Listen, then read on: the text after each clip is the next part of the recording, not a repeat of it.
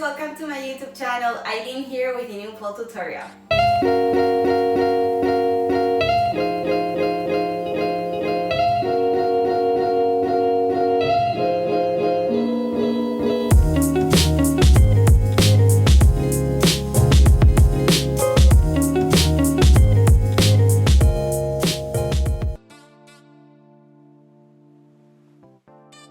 So today we're going to be learning the aerial handspring, and I'm going to divide the tutorial of aerial handspring in 3 different videos. The reason I'm going to do this is because I'm going to teach you in this video the first variation of aerial handspring, which is the easiest way to get into it, to start learning how to do an aerial handspring. And then on a second video, I'll teach you another variation of a true aerial handspring, and the same thing on the third video. So today we're going to be learning an aerial handspring, but with a little help.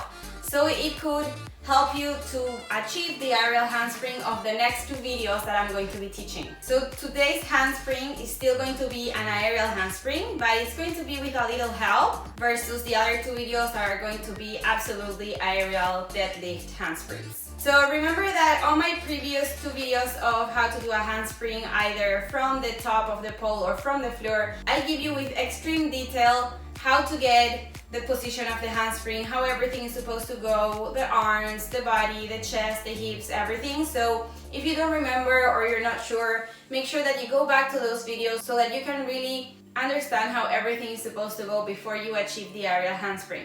Now make sure that you try the aerial handspring once you have already tried the handspring from the floor and you have it really dominated.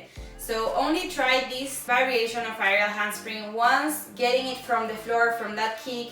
Is super smooth, super simple, you can hold it, you can do the conditioning from straddle to pencil back to straddle, and you can do on both sides the handspring from the floor. So make sure that you can do that before you try this variation. Now for this variation, we're going to come up into the pole, and we're going to help ourselves to kick up into handspring. So it's still going to be aerial because it's going to be up the pole, but we're going to help ourselves with our foot to be able to push us up a little easier than it would be if we didn't have that help. So I'm going to show you with my left arm on top and my right arm at the bottom, and then you should also try your other side. So make sure that the first try that you do is with your more comfortable side and your stronger side, and once you do it on your stronger side, then try on your not so strong side. So I'm going to try first with my left on top and my right at the bottom. So I'm going to go for a climb, and from here I'm going to put my right arm on the bottom, forearm on the pole. From here you want to sit down a little, so let your body drop down, pushing with that forearm, and take the top arm into twister grip.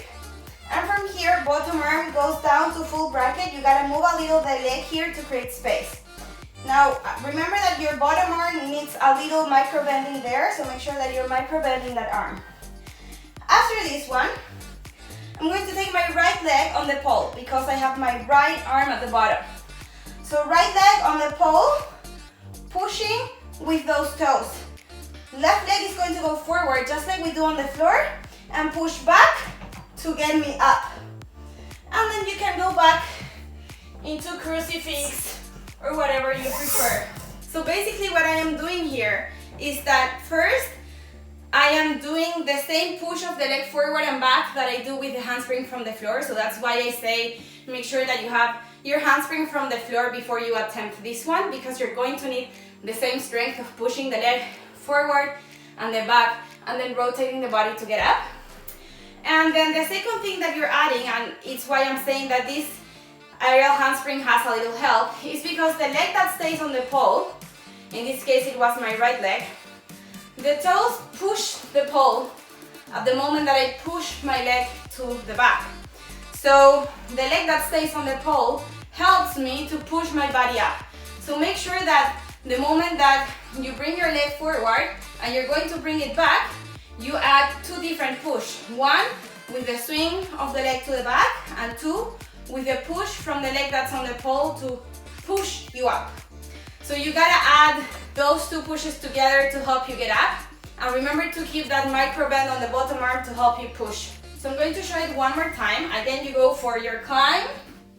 You take your bottom arm into forearm, and your top arm is going to go on twister, but you want to sit down low. If you try from here, going into that twister and then coming here, it's going to be super hard.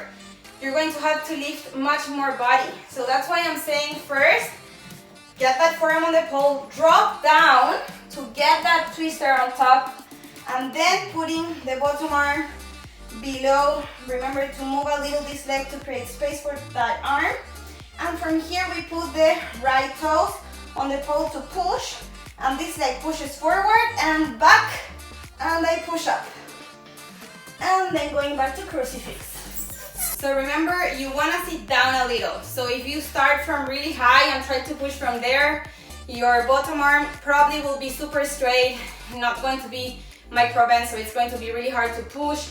There's a low body weight that's going to be down, so you're going to have to bring it up. So it's like the same mechanic from the handspring from the floor that I said.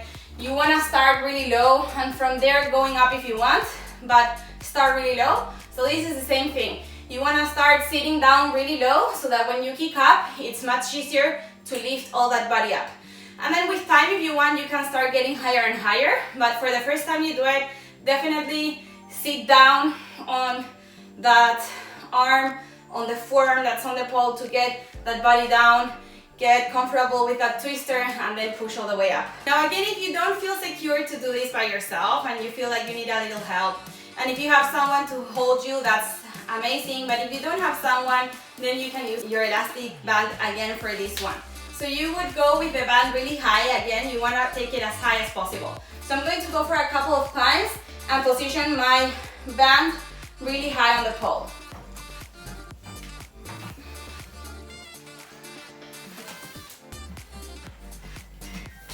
And really secure it as high as possible.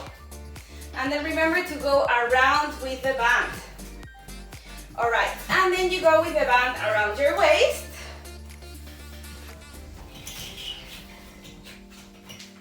And I'm going to do my other side now. So, same thing. Let's say you did your climb, so you're here, band is up, holding you around the waist. Now from here, I said bottom arm first, so I'm going to do opposite now. So my left is going at the bottom on that forearm, and I'm sitting really low. And then twister on top, and then changing bottom arm to full bracket, moving that knee to create space for that arm. And now putting the left toes on the pole, pushing with the right leg forward, and then pushing with the right leg back as I push with my toes. And back to crucifix. From crucifix, you can go back to an inversion here to get out and come down on the floor and release the band. So this way you can try with a band. So it'll really help you to get up, give you that confidence and feel safe to actually push your body up, especially if you don't have someone to hold you, or if you feel like you can do it on your good side but not on your bad side. So it's a really helpful accessory, the elastic band. Really use it as much as you need, especially at the beginning, and then start releasing, maybe bringing the band a little lower so it helps you less and less each time, and then eventually removing the band all the way through so that you do it completely by yourself. So remember, you want to keep that micro bend on the bottom arm, and first you start with that bottom arm on forearm to help you put that twister on top, and then you change bottom arm to full bracket to get into a handspring position. Remember, you gotta release a little the knee from the pole while you are on that position to be able to make space for that arm. And remember the pushing of the leg forward and then backwards aggressively to help you get up. And at the moment that you push that leg up, you wanna push with the leg that's on the pole, those toes into the pole to help you push up. And remember to don't stay too long swinging that leg. You're going to get really tired. So just one forward and then immediately aggressive up to get you up. Remember to twist that body and to get that nice angle and to keep that bum on that line that you needed. You don't want it really close to a pole or really far away, so make sure that you keep that angle. And remember, if you don't remember how everything is supposed to go back to my previous videos where I go in detail where everything is supposed to go. Now another tip that I could give you is that when you put your bottom arm, moving it from forearm to full bracket, maybe try positioning your elbow right next to your obliques. So that's a nice angle for you to know that you can keep a nice micro bend on the elbow and keep a nice push. So maybe think about elbow to obliques and then putting on the pole at that angle so that you can really like press a little that elbow into your obliques to push your body up. That's going to help you a little, so maybe try that if you want. And remember that you're always pushing with that bottom arm and pulling with the top arm. Most people, and the most common thing is that you start relying only on the bottom arm, pushing on that bottom arm, and you forget about pulling with the top arm. So make sure that you are really pulling with the top arm to get you up. If you don't pull with the top arm, you'll just stay in the middle. And then another thing is that at the beginning, maybe as you push those legs up, just try to keep them as a ball. Just keep your knees tucked into your chest, and when you get up, open into a straddle. But halfway through, you can keep knees to chest so that it's a little easier. Basically, if you keep both legs straight, it's going to be a little heavier for your body, so it's going to be a little harder.